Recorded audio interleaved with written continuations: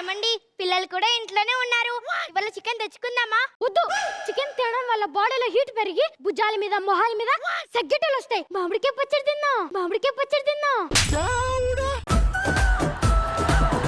ఆ పచ్చడి తిన్నా కూడా బాడీలో హీట్ వస్తుంది కదండి. ఇది మంచి హీటే. మామిడికాయ పచ్చడి తినడం వల్ల రాజా గారులా యంగ్గా కనపడతారు. నిజమే కదా రాజా గారు? అవును, నాలా యంగ్గా కనిపిస్తారు. సారీ రాజా గారు, వీళ్ళతో మామిడికాయ పచ్చడి తినిపించడం కోసం మీరు యంగ్ అనే అబద్ధం ఆడాను.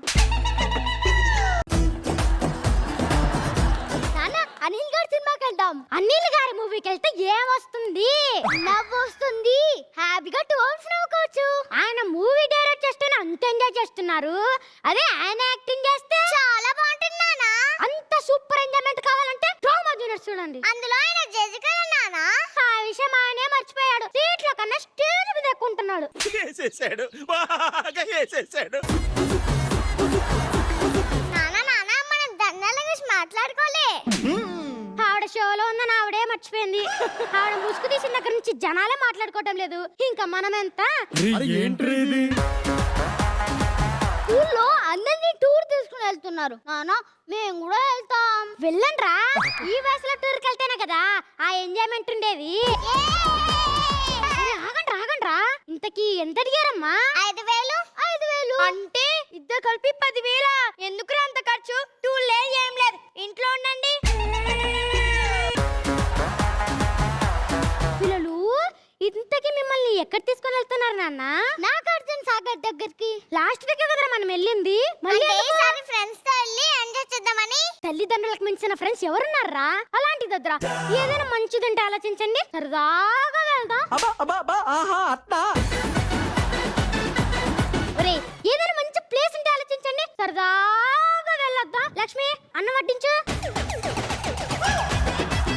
నానా కనీసం అమ్మమ్మ వాళ్ళ ఇంటికైనా వెళ్దాం నానా. ఏవండి వెళ్దామండి మా పుట్టింటికి. మనుషులు హిప్నోటైజ్ చేసే వాళ్ళ దగ్గరికి నా పిల్లల్ని తీసుకెళ్ళను. మా అమ్మ నాన్న నిన్న హిప్నోటైజ్ చేశారు. మా అమ్మాయిని పెళ్లి చేసుకో అని చాలా సార్లు హిప్నోటైజ్ చేశారు.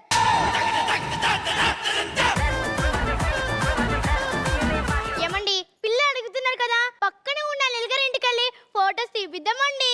వెళ్దాం, సరదాగా వెళ్దాం. ఏదో తేడాగా ఉందేంటి? ఇప్పుడు మీకు అనిల్ గారు అంటే అంత ఇష్టమా? ఓ చాలా ఇష్టం. ఎందుకంత ఇష్టం? ఆయన స్టైల్, ఆయన డాన్స్, ఆయన గ్లామర్, ఆయన హ్యూమర్ అవన్నీ మాకు చాలా ఇష్టం అండి. అదే మీరు ఆయన ఇంటికి వెళ్ళేసరికి ఉతికిన బట్టలు భుజాన వేసుకొని చీపురుతో ఇంటి ముందు ఊడుస్తూ ఉంటే చూడటం మీకు ఇష్టమా? ఆయన ఊహించుకోలేం. ఆయన ఇంట్లో అలాగే చేస్తాడు. ఇక మీ ఇష్టం. అవునా సార్? పండుతున్నట్టుంది. నానా కొంచెం పక్కన ఉన్న జూకైనా వెళ్దాం నానా. వెళ్దాం, సరదాగా వెళ్దాం. ఇప్పుడు మీరు జూకి ఎందుకు వెళ్ళాలనుకుంటున్నారా? కన్ను ముచ్చని చూడ్డానికి. కొండ ముచ్చు అంటమ్మా, ముచ్చు మొహం కూడా ఇక్కడే ఉంది. కావాలంటే చూడండి. వేసేసాడు, బాగా వేసేసాడు. నానా అక్కడ సింహం కూడా ఉంటున్నానా? మీరు ఇప్పటిదాకా జూలున్న సింహాన్ని చూసుంటారు. ఫర్ ది ఫస్ట్ టైం సొట్ట బుగ్గలున్న సింహాన్ని చూడండి అమ్మా. నానా చీకటి పడిపోయింది, ఏం చేద్దాం? ఏం పర్లేదు, తిని పడుకోండి. అలా అంటారేంటి నానా? రేపు స్కూల్కి వెళ్ళాలి కదరా. ఇప్పుడు అనండ్రా బ్యాడ్ మమ్మీ గుడ్ డాడీ అని. పదండి తిని పడుకుందరు గాని. లక్ష్మి, పిల్లల మీద అలా సీరియస్ అవ్వకు. పిల్లలు ఇప్పుడు కాకపోతే ఇంకెప్పుడు ఎంజాయ్ చేస్తారు. ఈ పిల్లల్ని పడుకోబెట్టు. పడుకోండ్రా.